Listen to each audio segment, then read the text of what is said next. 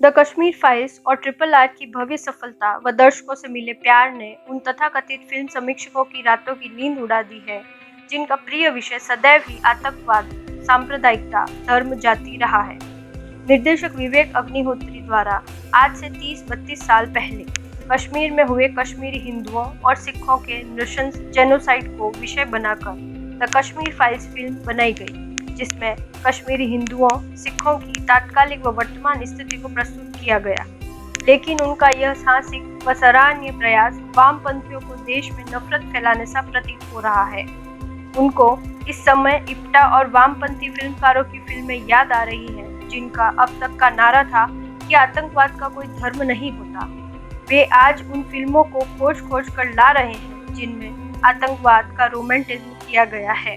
उनकी माने तो 2014 के बाद से देश में सांप्रदायिक ताकतें मजबूत हो रही है।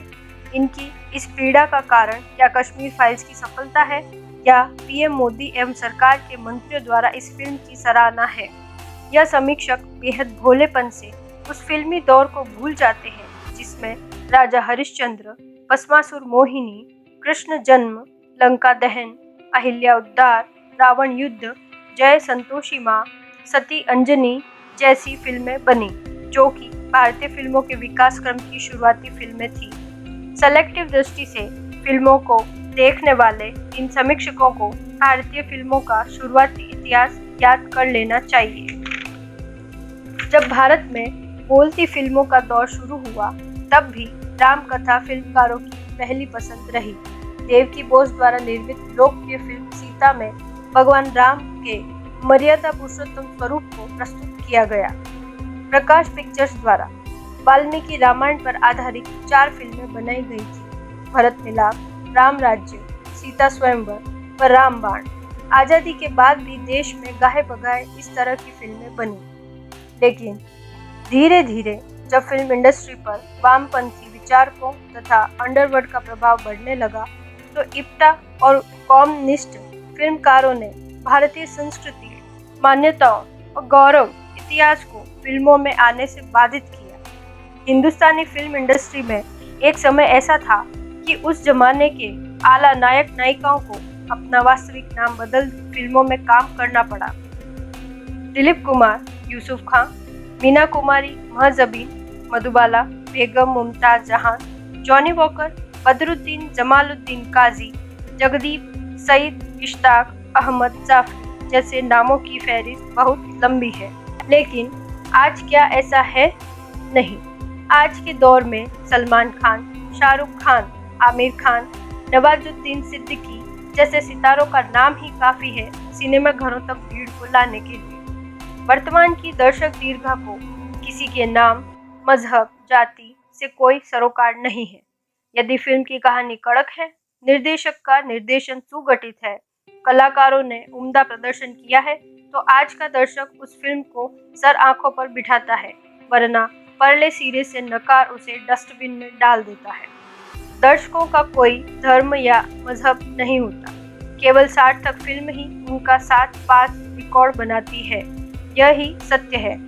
द कश्मीर फाइल्स की सफलता पर जिन तथाकथित समीक्षकों को तकलीफ हो रही है तथा RRR की सफलता से जिन्हें मानसिक सन्निपात मार गया है, जो यह निर्णय नहीं कर पा रहे हैं कि कैसे इन फिल्मों को सांप्रदायिकता से जोड़ें, उनसे निवेदन है कि जनता बुद्धिहीन व तार्किकता शून्य नहीं है। उसे सही व गलत का भेद आप जैसे कुछ बुद्धि में दीमक लगे अंग्रेजी पढ़े कुपढ़ों से नहीं जानता।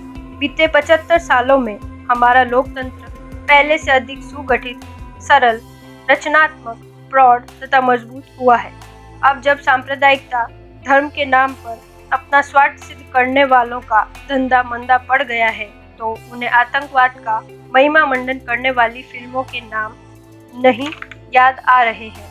ऐसे में हमने उनकी सहायता के लिए ऐसी कुछ फिल्मों के नाम खोजे हैं जो आतंकवाद से सहानुभूति रखते प्रतीत होती हैं, जैसे फना, फिजा, दिल से, हैदर और मिशन कश्मीर।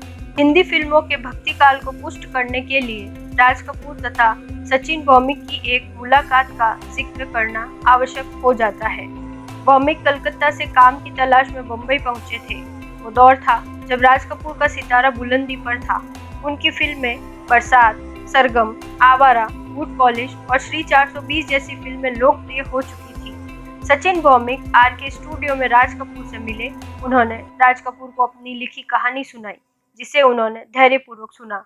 सुनने के बाद राज कपूर ने कहा, आप हिंदी फिल्मों के लिए कहानी लिखते हो, अच्छी बात है, लिखते भी रहो, लेकिन इतना ध्यान रखना कि हिंदी फिल्मों में कहानी तो एक ही होती है।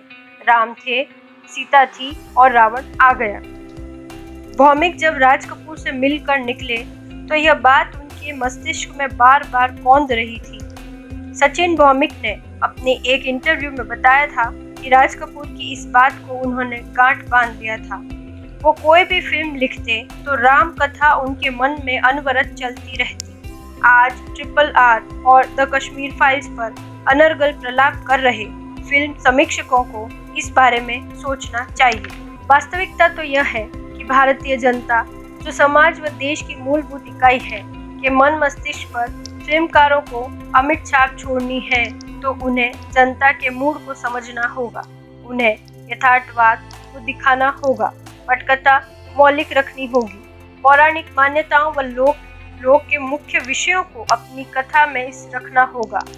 कल्पना से हटकर देश व समाज के उन विषयों को अपनी फिल्मों में दिखाना होगा जिनसे वर्तमान भारतीय जूझ रहा है।